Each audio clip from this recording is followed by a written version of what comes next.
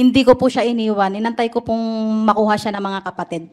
Yun na po ang itsura ni Ate LV. Bulag na po siya nung dalhin doon. Binigyan ng sweldo sa Batangas City? Hindi po. Testigo ni Aling LV Vergara nagpatotoo sa hearing at nagsalita na. Ayon sa kanya, siya ay nakasama sa bahay ng anak ng mag-asawang Ruiz. Mayo, taong ito, dinala sa inyo si Manang LV. Opo. Dinala, sino nagatid? Si Kuya Jerry po.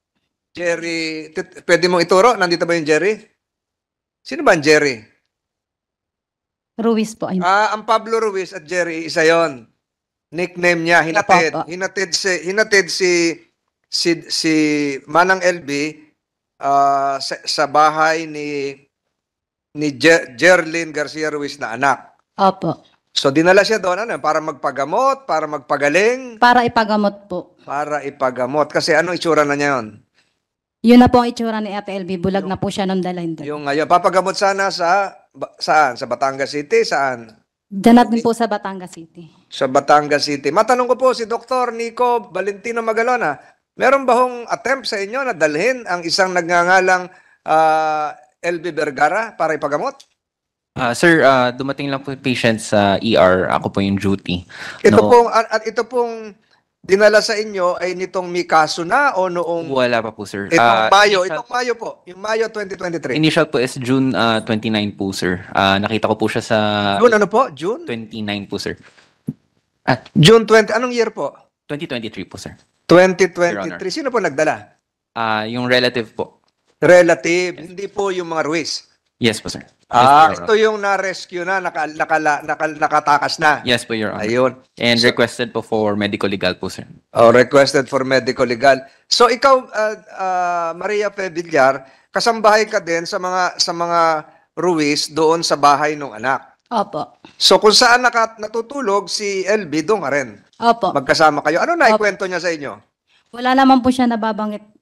Pero hindi ka ba nagtataka na yung katatayuan niya ay kakaiba? Hindi po. Kasi noon ko lang po siya talaga naging kasama din nung ihatid po doon ni Kuya Jerry. So nung hinatid nung Jerry, iniwan lang o binantayan pa? Iniwan na po. Iniwan doon sa 18 anyos na anak. Opo, iniwan po sa amin. So anong sabi ng 18 anyos na anak? Wala po. So iniwan doon. Pero si Manang LB, natulong-tulong din sa iyo. Opo. Nagwawalis-walis po siya pag minsan. Nagwawalis din. So, Senator Estrada and members of this committee, it would show that when LV Vergara was transferred apparently for medical assistance to a place in Batangas City to a member of another Ruiz, the member of another household of the Ruiz family, she was also asked to continue the same work as a household helper. Nagwawalis-walis, ano pa? Tulong din magluto. Hindi na kasi bulag na nga siya. So, minsan po naglalampaso. Siya po ang may gusto nun. Naglalampaso. So, umalwan-alwan yung trabaho mo. Maalwa naman po sadya. Nabawasan. So, ang trato sa kanya bilang kasambahay din ng mga Ruiz. Opo. So, nagtrabaho siya doon. Tapos, meron pong binanggit kayo sa inyong sinumpaang salaysay dahil sa awa nyo kay LB, ay kayo ay nag-post sa Messenger kung sino ang nakakakilala, quote-unquote, kung sino po ang nakakilala kay LB Vergara o Silvera Vergara, nandito po siya sa Caloocan West, Batangas City. Kayo po ang nag-post sa Messenger? Actually po, hindi po ako nag-post. Sa Messenger lang po, nag-message lang po ako sa mga kapatid ni Ate LB. Pina-search niya po sa akin yung mga pangalan po ng kapatid niya. Tapos, minessage ko na lang po na kung kilala si Ate LB. Kasi po, uuwi pa ako kinabukasan ng Mindoro. Uuwi kayo ng Mindoro. So, nung umuwi ka, naiwan siya mag-isa ron? Hindi ko po siya iniwan. Inantay ko pong makuha siya ng mga kapatid. May dumating na kapatid. Sino yon? Si Ate Baby Lo po at saka si Ate Gloria. Ang Gloria ba ay yung tasing? Ayun, kayo po yung nasa likuran. Kayo po ay nanumparing kanina, di ba? So, kinaon na sila. Ikaw ang tinatanong ko, sinundo na. Tsaka pa lang nakaalis. 30 pa po ako nakaalis nun. So, kailan dumating yung sinasabing may 20,000? Nung kailan ba? June? June po kami nagpunta ka na Ate LB sa Simlong po. So, sa madalit salita, nung dumating sa Batangas City si LB, hanggat siya ay makuha ng kanya mga kamag-anak, yung Baby Lou at anong pangalan ng isa? Gloria po. Gloria, ganong katagal? Bali po nakuha na po si Ate LB ng mga kapatid bago pa po ipaano yung Oo nga. 20,000. Nahuli pa yung 20,000. Nung nakaalis na, tsaka hinabol yung 20,000. Opo. Nasa kapatid na po si Ate LB. Kanino nakarating yung 20,000? Kanino sinabing may 20,000? Doon sa anak? O nalaman mo? Actually po kasama ako. Nalaman nung inaabot yung 20,000. Pero ganito ang tanong ko, ganun katagal simula nung dumating sa Batangas City hanggat makuha uli ng kanya mga kamag-anak si Manang LB? Bali po nakuha po si Ate LB ay 28. Hindi, ganun katagal nga nanirahan doon sa Ano po? Bali, ano po, umabot din po ako ng 3 months. March 16 po ako nag-start. June 30 po ako nakauwi. Hindi, si Manang LB, ganun katagal tumira sa Batangas City? 1 month po, mahigit. Mahigit isang Opo. buwan. Mahigit isang buwan. So siya ay naging tumulong-tulong din, nagwawalis, hindi na ipagamot. Hindi po. Binigyan ng sweldo sa Batangas City?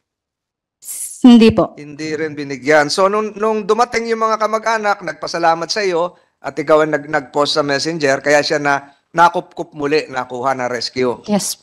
Dumulog kayo sa Batangas City Police? Hindi po. Hindi rin.